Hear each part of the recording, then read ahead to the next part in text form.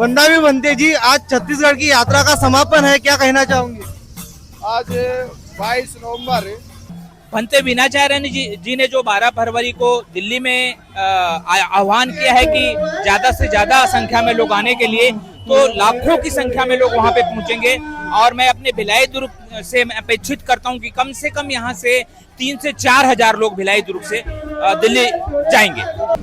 दोस्तों नमो बुद्धाय, क्रांतिकारी जय भीम। दोस्तों जैसे कि आप सभी को पता है कि भंते विनाचार्य जी की छत्तीसगढ़ में धम्म संवाद यात्रा चालू है। दोस्तों आज उस यात्रा का समापन है और जो आप ये यात्रा देख सकते हो, देखिए काफ़ी लंबी यात्रा है। अभी फिलहाल मैं पुलिया पे हूँ और यहाँ पे जन सैलाब उमड़ा है। सभी की एक ही इच्छा है कि महाबोधि महाविहार बोध गया पंडों से मुक्त हो और वो बौद्धों को सौंपा जाए, बट सरकार इसके ऊपर अभी तक कोई भी स्टेटमेंट नहीं देती। तो यहाँ पे आप देख सकते हो कि भंते विनाचार्य जी आगे है और संपूर्ण उपासक उपासिका अभी इस यात्रा को दुर्ग से भिलाई तक, यानी समझ लो कम से कम 5 किलोमीटर की ये यात्रा है। और ये यात्रा की जो लंबाई है, मैं आपको बता देना चाहता हूँ, इस यात्रा की जो लंबाई है कम से कम आधा मीटर तक है, क्योंकि 500 मीटर का पंचशील ध्वज यहाँ पे हमें देखने को मिलता है। यहाँ पे आप देखिए एक प्रमुख मुख्य आकर्षण भी यहाँ पे दर्शाया गया है, जो कि छत्तीसगढ़ की संस्कृति को झलकाता है। अभी सनसेट हो रहा है, काफ़ी अच्छा व्यू आ रहा है और आप इधर देख सकते हो कि बैकग्राउंड में। चलिए दोस्तों मैं आपको अभी संपूर्ण जो कि है यात्रा दिखाता हूँ। यहाँ पे भंते विनाचार्य जी है और यहाँ से आप देख सकते हो कि 500 मीटर लंबा जो कि है पंचशील ध्वज हमें यहाँ पे देखने को मिलता है। समता सैनिक दल के काफ़ी सारे लोग इस यात्रा में शामिल हुए हैं। उपासक उपासिका समस्त आजू बाजू गांव से भी यहाँ पे उपासक उपासिका जुड़े हैं इस यात्रा से।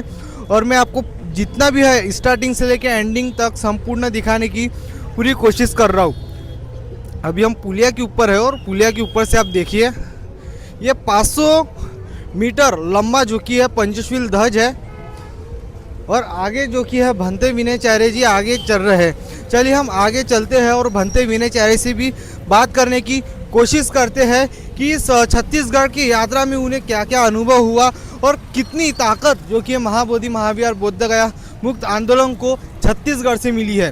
तो चलिए हम भंते विनाचार्य जी के पास चलते हैं और उन्हीं से जानते हैं कि छत्तीसगढ़ का जो सभाएं हुई है, जो यात्राएं हुई है, वो किस प्रकार से हुई है और यहाँ से कितनी तादाद में जो कि है शक्ति प्रदर्शन देखने को मिलेगा। क्योंकि 12 फरवरी को भंते विनाचार्य जी ने एक बड़ा आह्वान किया है कि लाखों की संख्या में, हजारों की संख्या में दिल्ली कुछ करे। तो चलिए हम भंते विनाचार्य जी के पास चलते हैं। उससे पहले दोस्तों आप सभी से निवेदन है कि अभी तक आपने हमारे चैनल को सब्सक्राइब नहीं किया होगा तो प्लीज़ सब्सक्राइब कर लीजिए और साथ में बेल आइकन ज़रूर दबा दीजिए, क्योंकि बोध गया से लेके हर एक अपडेट हम अपने चैनल के माध्यम से आप सभी को दिखाने का प्रयास कर रहे हैं। तो चलिए भंते जी से बात करते हैं। तो चलिए दोस्तों भंते विनाचार्य जी से बात करते हैं कि उनकी छत्तीसगढ़ की जो यात्रा है वो किस प्रकार से हुई है। वंदा भी बनते जी, आज छत्तीसगढ़ की यात्रा का समापन है, क्या कहना चाहूंगे?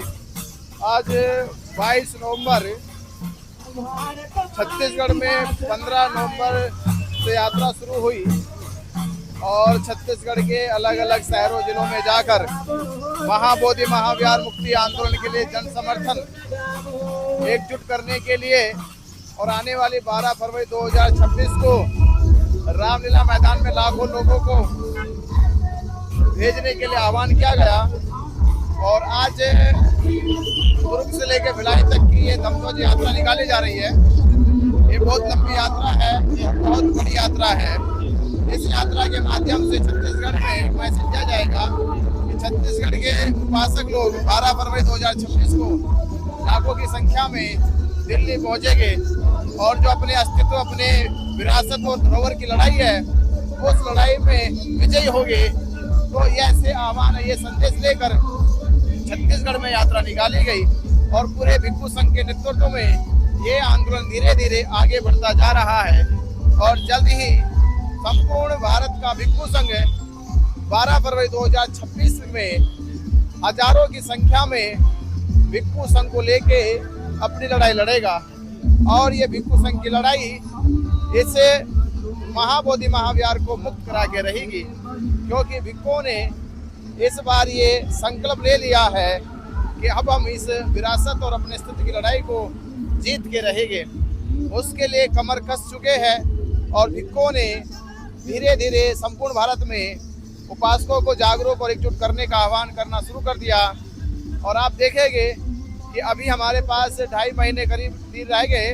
इन 2.5 महीनों में आज पूरे संपूर्ण भारत में पूरे समाज के पास ये तारीख पहुंच चुकी है कि दिल्ली चलने का आह्वान हो चुका है।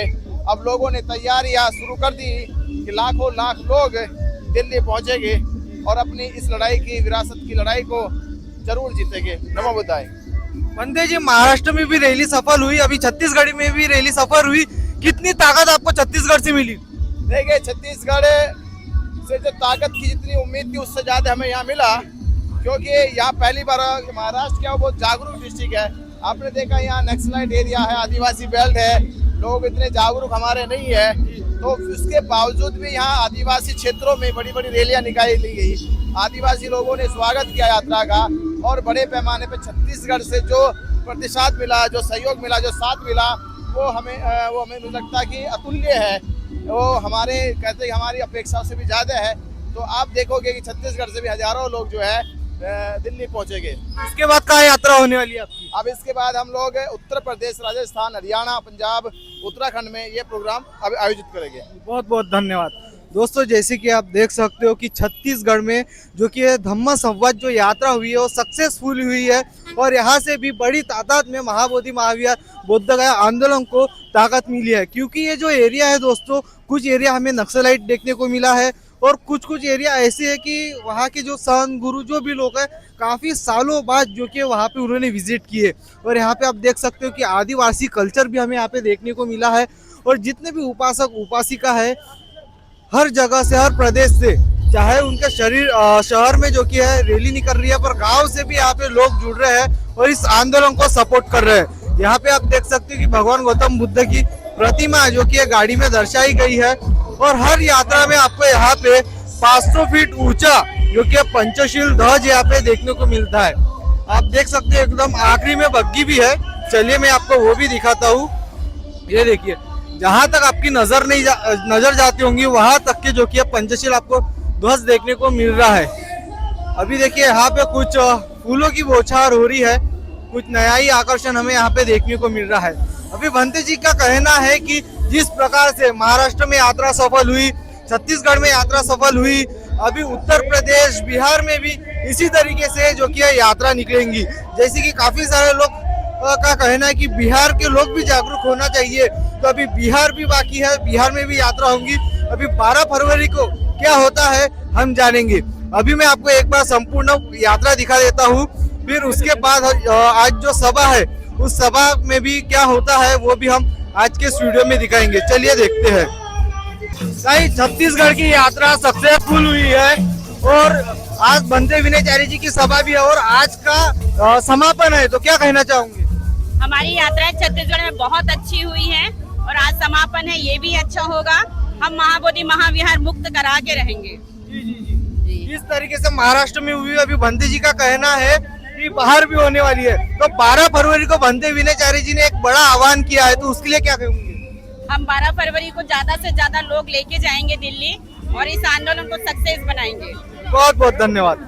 ये रैली छत्तीसगढ़ के तमाम अंचलों से होकर आज समापन है और ये छत्तीसगढ़ को ये बताना चाहते हैं कि बौद्धमय भारत जो पहले था उसी की शुरुआत हम छत्तीसगढ़ से करना चाहते हैं, क्योंकि ये अंचल है शेड्यूल ट्राइब, शेड्यूल कास्ट का, जो कि एक भारत को बौद्धमय बनाने में हमेशा से साथ रहा है और वहीं से उसे रीऑर्गेनाइज करना चाह रहे हैं और एक संदेश जा रहा है कि महाबोधि विहार को फ्री करेंगे और इस जमीन को हमने चुना है कि शुरुआत यहाँ से हो। हमने देखे है कि नक्सलाइट एरिया जो कि छत्तीसगढ़ में है वहां पे भी यात्रा निकली है, भंते विनयचार्य जी की सभा भी हुई है और आज समापन है और छत्तीसगढ़ की जो यात्रा हुई है वो सफल हुई है और 12 तारीख को भंते विनयचार्य जी ने एक बड़ा आह्वान किया है।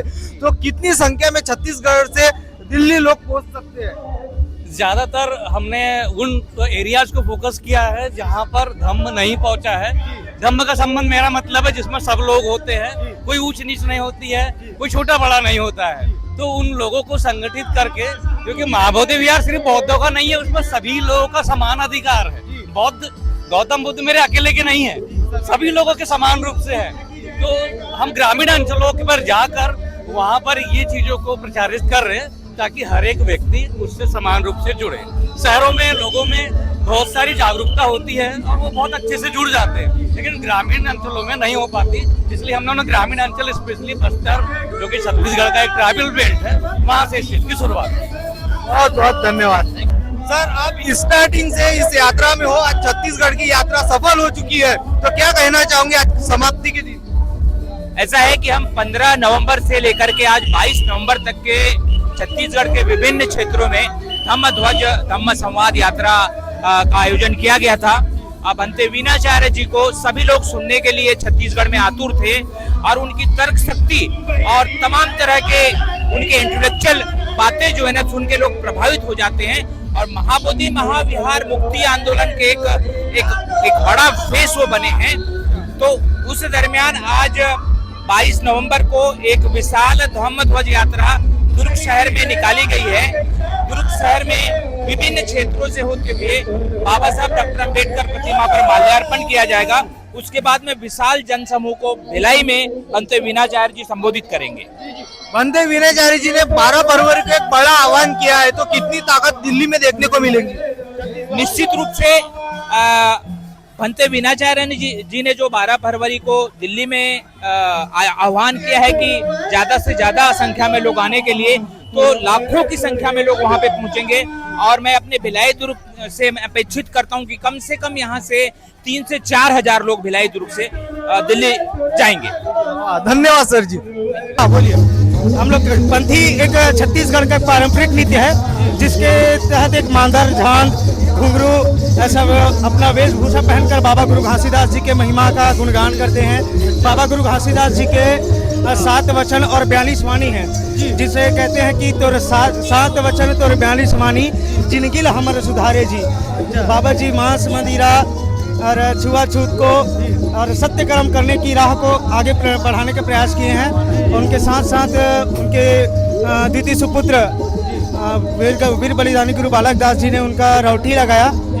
ऐसा इनके महिमा का गुणगान करते हैं। जी जी जी। आप अभी संगीत गा रहे थे, वो संगीत कौन सा था बताइए? मेरा गीत मेरा खुद का गीत है, जब बाबा गुरु घासीदास जी के जन्म के समय का। सपना मायम रोतिंदाई सपना मावो नाचत देखे साधुला, सपना मावो नाचत देखे साधुला। ये उस समय का गीत है जब माता अमरौती जी को बाबा गुरु घासीदास जी नहीं हुए थे, तो एक रात्रि के समय माता अमरौती जी उनको सपना आया सतपुरुष देवकत जी का कि उनके आंगन में साधु लोग आए हैं, मांदर झांझ झुमका के साथ पंथी नृत्य कर रहे हैं और माता अमरौती को प्रसाद के रूप में आमा का छोटा सा चानी दिए और उनके बाद बाबा गुरु घासीदास जी का आगमन हुआ इस दुनिया में। आप आज धम्म संवाद यात्रा में जुड़े हो, तो क्या कहना चाहोगे संपूर्ण दुनिया से? हम कहना चाहेंगे ये अपना एक मानव एक है और हम इस आदन बुद्ध जी के आदर्शों पर चलते, बाबा गुरु घासीदास जी के आदर्शों पर चलते हैं, तो बाबा साहब के आदर्शों पर चलते हैं। जय संविधान, जय भीम। धन्यवाद धन्यवाद।